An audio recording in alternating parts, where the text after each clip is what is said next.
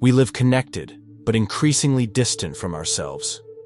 A simple like has become emotional currency, triggering in our brains the same kind of pleasure that drugs like cocaine provoke. Does that sound like an exaggeration?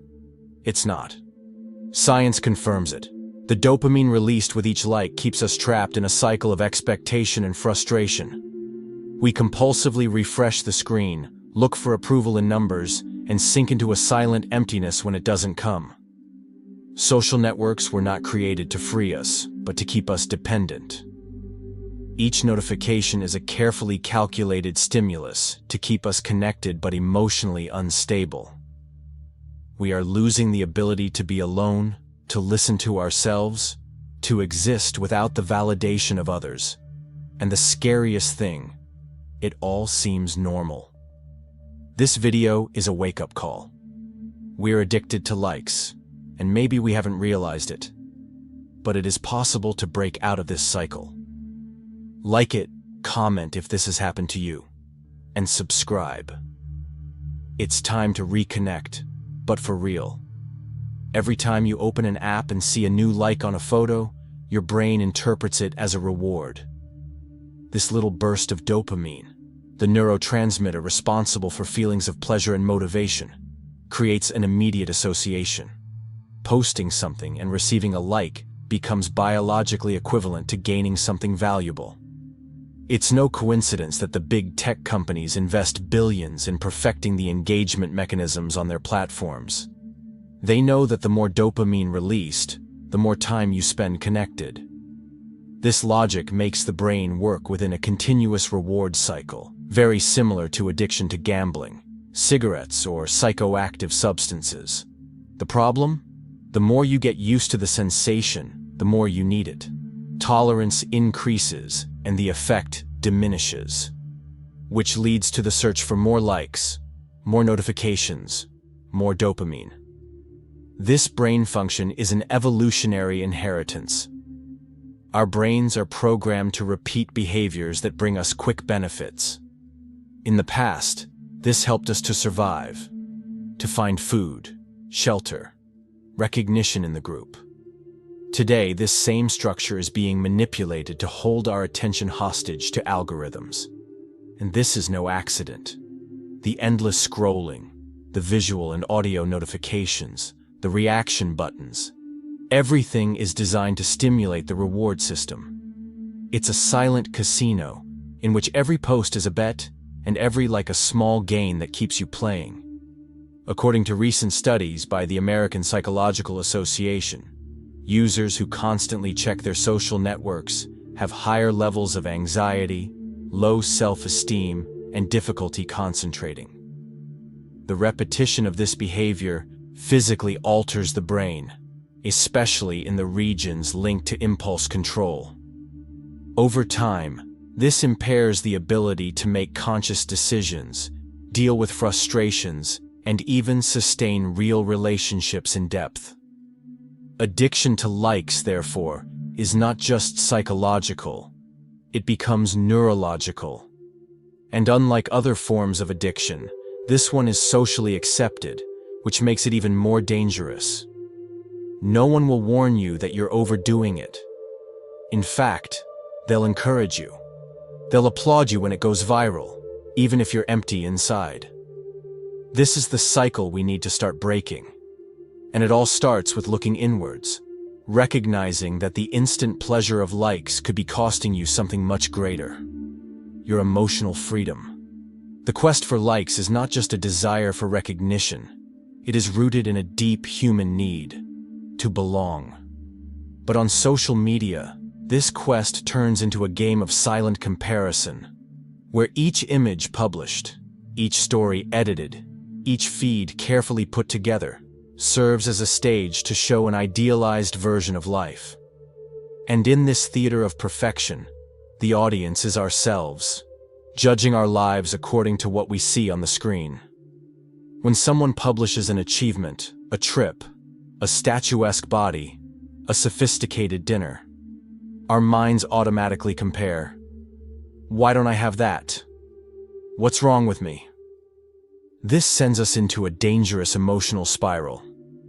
Self-esteem, once built on real experiences and close relationships, becomes dependent on the distorted reflection of others. This phenomenon has been widely studied. The University of Copenhagen, for example, conducted an experiment which revealed that people who take breaks from social media, even brief ones, show significant improvements in well-being and life satisfaction. Why? Because they interrupt this cycle of constant comparison. When we step away from the stream of idealized images, we have the chance to reconnect with reality, with our imperfections, with our truth, with the beauty of what is not postable.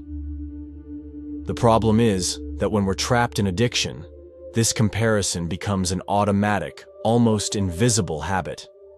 We open Instagram just to see and come away feeling smaller, uglier, more inadequate. And what's worse, we don't even know why. This digital comparison trap affects men in a specific way.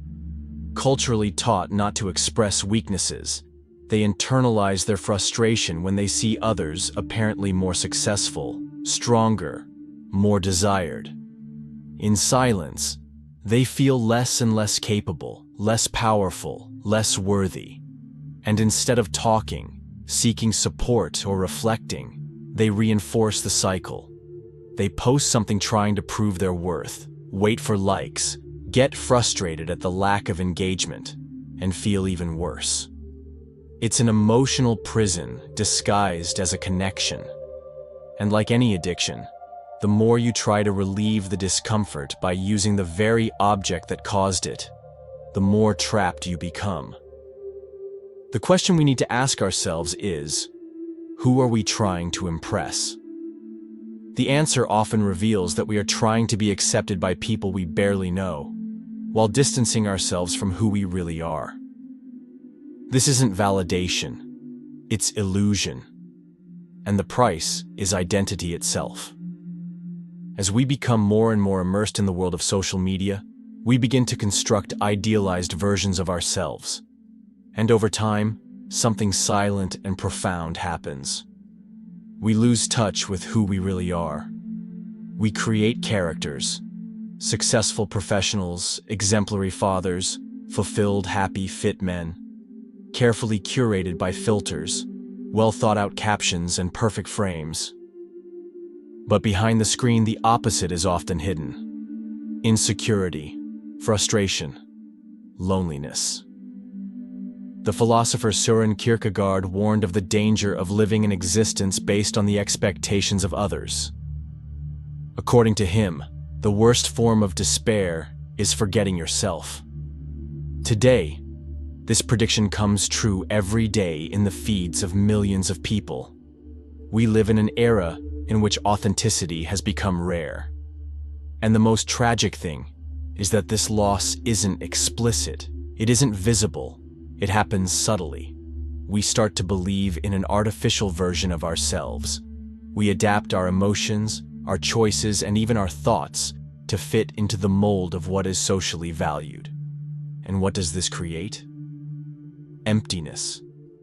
Because however much the character receives applause, the real me remains hidden, unrecognized, forgotten. It's a similar feeling to being surrounded by people and, at the same time, completely alone. This internal disconnection is what makes so many men wake up in the morning feeling a weight without a name, an anguish without explanation, even though their lives seem perfect in the eyes of others. Jean Baudrillard, another key thinker in understanding today's society, said that we live in an age of simulations, where signs and images take the place of reality. In practice, this means that we prefer to appear happy rather than actually being happy. And this inversion creates a kind of silent suffering, because it requires us to pretend all the time. We pretend we're fine. We pretend we have everything under control. We pretend we know what we're doing. But inside, something begins to crumble. The problem is that this identity crisis doesn't find a place on the web. There, showing vulnerability is still seen as weakness, especially for men. So what do? We remain silent, smile at the camera, and continue to feed a narrative that suffocates us. This disconnect between what we show and what we feel is one of the main causes of anxiety, depression, and a sense of emptiness in the modern world. Because there is no cure without truth. And as long as we're playing roles to please an invisible audience, we'll never be the protagonists of our own lives. It takes courage to strip away the filters and rediscover your essence. Not to be admired, but to be whole. And perhaps, by letting go of the obsession with appearing, we can finally allow ourselves to be. There is a kind of silence that hurts more than 1,000 harsh words. The silence of the networks. When you post something and don't get the response you were hoping for, that lack of likes, comments, or shares may seem trivial, but the emotional impact is real. Studies conducted by the University of Pennsylvania show that a lack of digital engagement activates areas of the brain linked to social rejection. This means that for our organism, not receiving likes is perceived as exclusion, as if we were being left out of the group, ignored, invisible.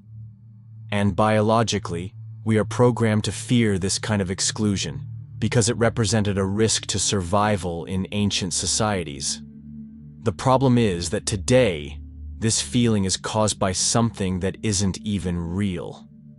The emotional pain generated by the absence of engagement can lead to behaviors similar to those of chemical withdrawal, irritability, insomnia, anxiety, a feeling of uselessness. Some users even report feeling physical symptoms, such as tachycardia and muscle tension, after prolonged periods without receiving notifications. It's as if the brain is demanding its dose of dopamine, and the body is responding with warning signals. This phenomenon is aggravated by the perverse logic of the platforms.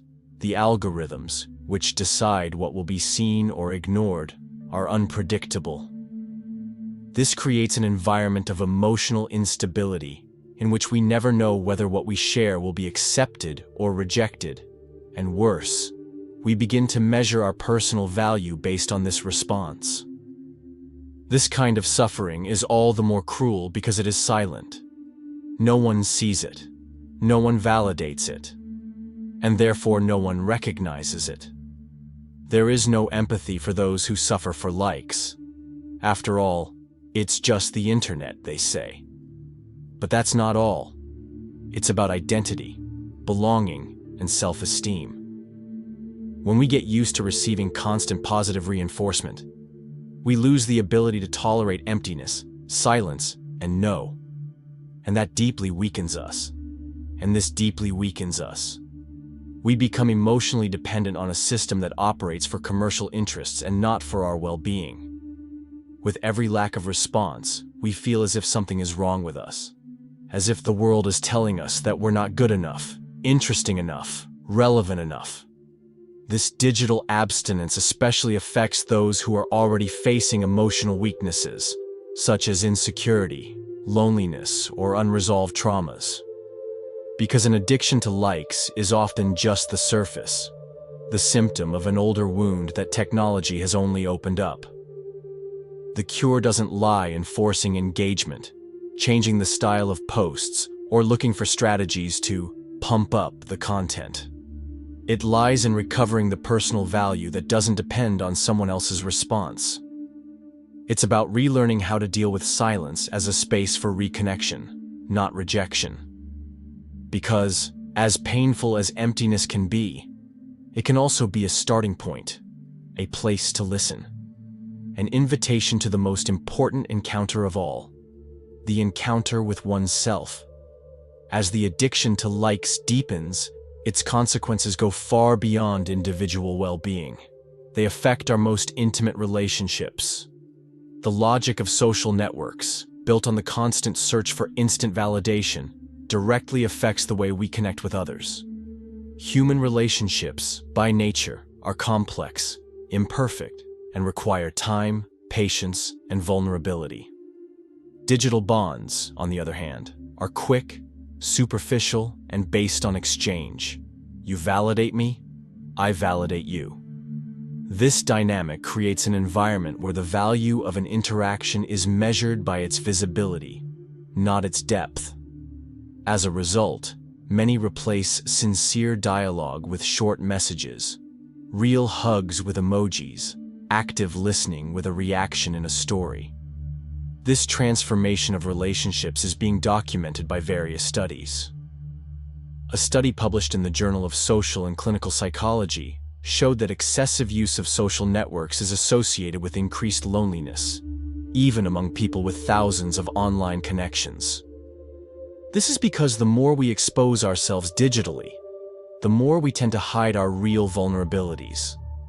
We create an edited version of our emotions, for fear of appearing fragile or inconvenient.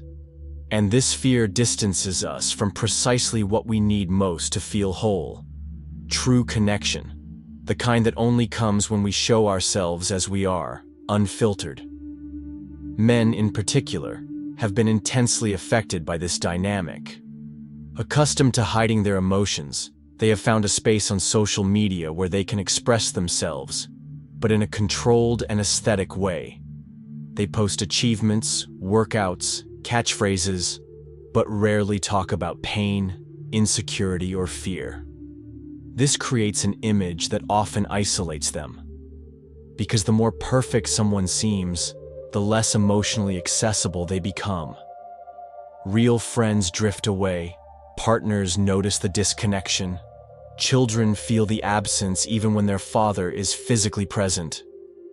And all of this is covered up by a routine of posts and reactions that feign closeness, but deepen the distance. This distance also affects our ability to build lasting bonds. Relationships based on performance, on external approval, are fragile by definition. When the other person doesn't live up to our idealized image, we get frustrated. When we are not seen as we would like, we withdraw. And so we collect contacts but lose connections. It's a loneliness surrounded by interactions, an absence disguised as popularity. The cruelest thing is that we often only notice this relational erosion when we are already emotionally exhausted, surrounded by people but with no one we can really count on. The cost of addiction to likes isn't just personal, it's social, affective, and relational. And perhaps the greatest damage is not the time we waste scrolling, but the bonds we stop cultivating while waiting for an approval that never really fills us up. Because at the end of the day, no likes can replace a look that really sees you.